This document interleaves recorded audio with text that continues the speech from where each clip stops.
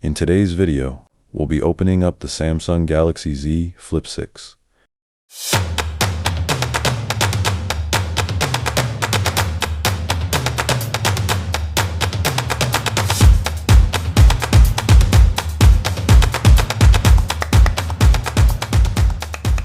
We'll begin by removing the SIM tray. Looking at the SIM tray closely, there's a rubber gasket sealing the opening for protection. Next, heat needs to be applied on the outer display and the back panel to soften the adhesive underneath, and then we can slide in a pry tool to carefully lift them off. Personally, I prefer using a hairdryer to apply heat since it reduces the risk of overheating and damaging sensitive internal parts.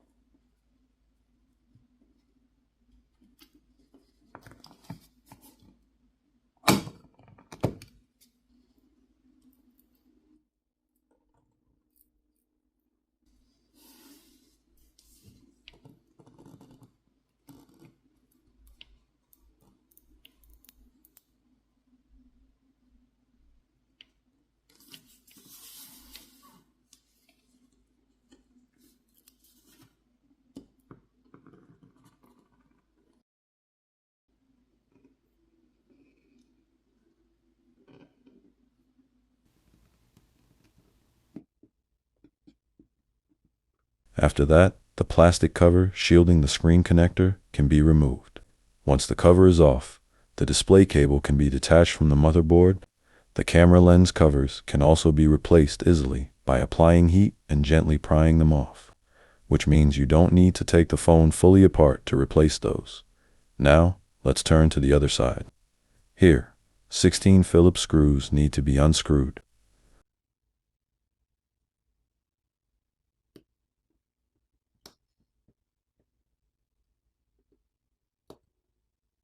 With those out of the way, the lower battery cable can now be disconnected.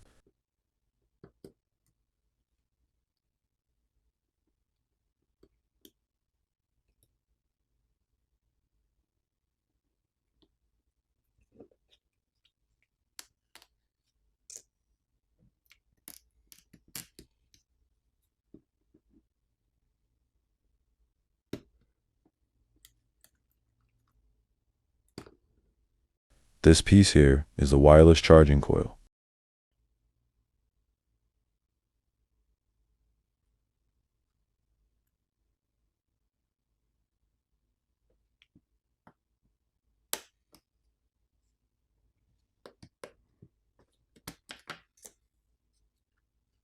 Along with the NFC antenna, and below that is the loudspeaker module. The flex cable we see here links the main board to the subboard as well as the folding display. It routes across the hinge, passing through openings in the center of each fold. There are molded rubber seals on each side of the flex, which means if you're planning to replace this cable, you'd have to carefully cut through the rubber gaskets.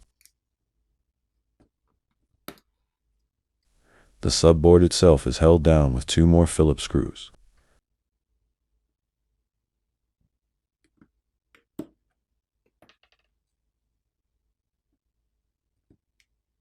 Looking at it, we can spot the main microphone placed here, and right next to it is the charging port, secured with a red rubber gasket. Here's a look at the opposite side. The screen cable for the folding panel is attached here, held down with adhesive to the frame.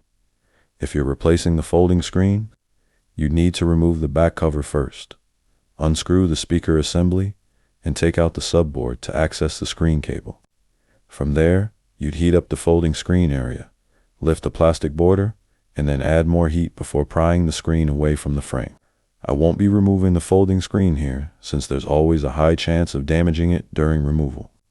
Also, if you want to reassemble the phone properly, you'll need to use the factory adhesives designed for the screen, because they're made to hold the panel securely in place during opening and closing. If the adhesive isn't correctly applied, the display could shift when folded shut, leading to cracks or permanent damage. That's why for folding devices like this, I suggest getting a replacement screen that already comes pre-attached to the frame. Yes, they cost more, but they're much easier to install and reduce the risk of damaging the new screen if adhesives aren't installed correctly. Looking at the batteries, both are fitted with pull tabs to help with removal.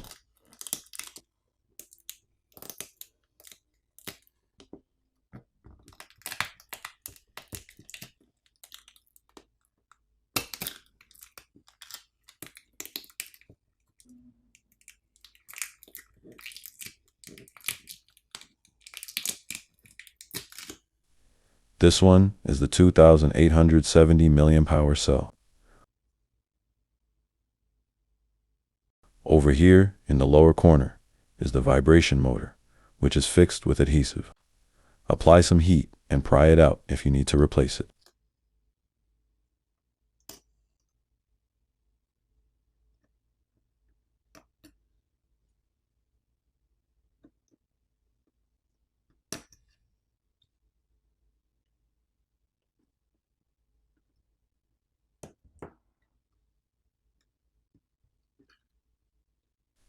Right next to that, this module here is the 5G millimeter wave antenna.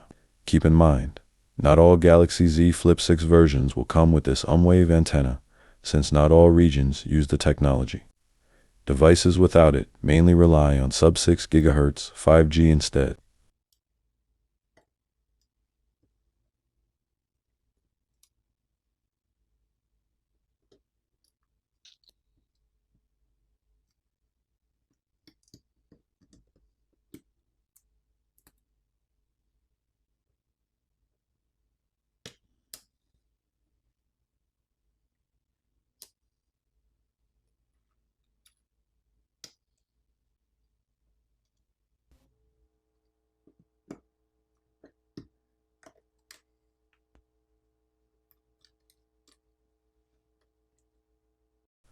This flex cable leads to the LED flash and also connects the secondary microphone.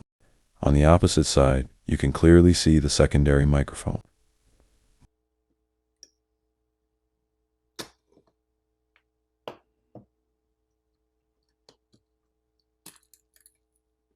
Moving over to the main board, we have a 12 megapixel ultra-wide camera, and next to it sits the 50 megapixel primary shooter. The primary camera is the only one equipped with OIS, or optical image stabilization. Another microphone is positioned in this corner, while the SIM reader is placed over here. The board is built with a dual-layered design.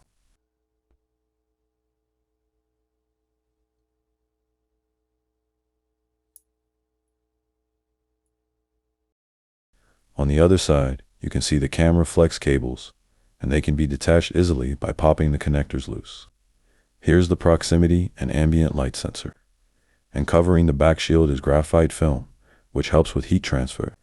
After peeling back the graphite layer, we find a thermal pad placed over the RAM, which itself sits on top of the processor.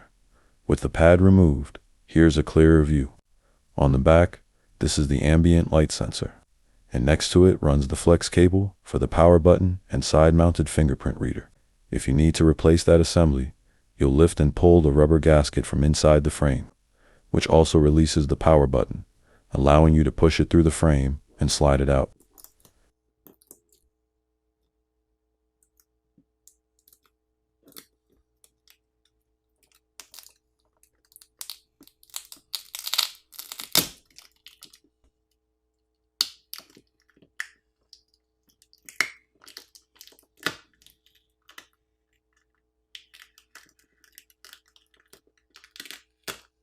This smaller battery here has a capacity of 1130 milliamp per hours.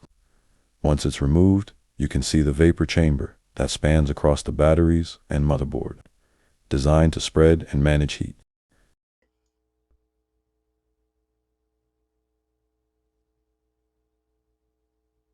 The flex for the volume buttons is located here. To replace it, just peel it carefully from the frame and slide the black bracket out from the slot. The 10 megapixel front camera is secured with a molded gasket, so you'll need an X-Acto knife or blade to cut the rubber seal and remove it. The earpiece speaker, found nearby, is simply held down with adhesive. A little heat makes it easy to lift out. For anyone worried about putting the SIM ejector pin in the wrong hole on this phone, don't be. Both the top and bottom microphones sit above the holes with protective filters and seals, so they won't get damaged. In terms of repairability, I'd give the Galaxy Z Flip 6 a score of 7 out of 10. Now, let's reassemble the phone.